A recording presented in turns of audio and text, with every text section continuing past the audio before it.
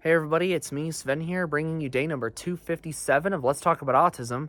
Before I get started, I'd love you to hit the like and subscribe buttons down below the video. It would help me out tremendously. So today I'll be talking about a situation that the autistic community has found itself in for quite some time now, probably around 10 years or more. And it's that a lot of us resort to social media influencing as a path forward. And there's a very good reason for this. It's not because we're necessarily forced to do it. I mean, figuratively, kind of, but it's not like our parents have Munchausen's by proxy and are trying to make Ryan's world out of us. I mean, there's some parents that do that, but for most of us, we see social media influencing as a sort of escape from a life of social rejection, isolation, and poverty. Like, it's seen as an escape from a serious hardship that you've faced all your life or that you're trying to avoid.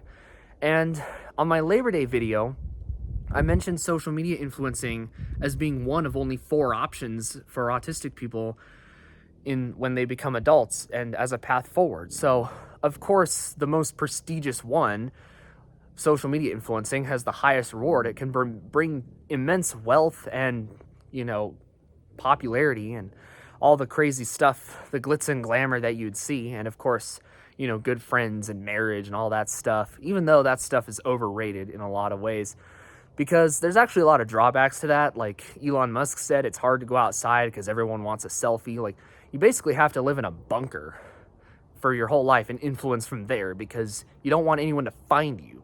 Like, SML had people leak his address and he had to move away because of that. So it's really tough when you're popular because it's hard for you to go outside. So definitely don't see it as the glitz and glamour that is usually presented as, because later on it can bring problems. And it's also a huge sacrifice because, like, it takes a lot of effort. I mean, just making these videos right now, this is like my 6th attempt at making this video. It's been an immense sacrifice even for me because, like, making these videos hasn't been easy. And I've been trying to, like, make these as appealing as I can with the resources that I have. It's a huge sacrifice, and it takes years, maybe even a decade of building yourself up.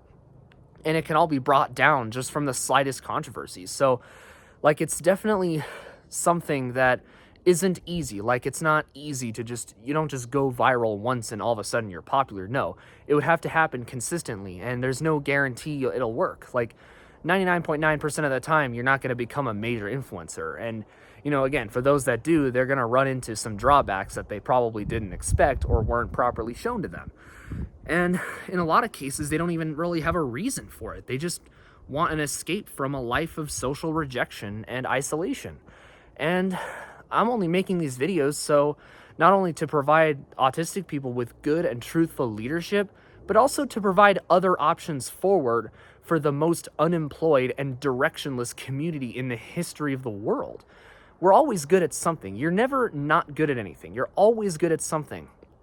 And you should be able to use that something for good, to make a living with it. You shouldn't have to be an influencer as the only good option for you. A lot of autistic people resort to social media influencing because it's the only good option for them.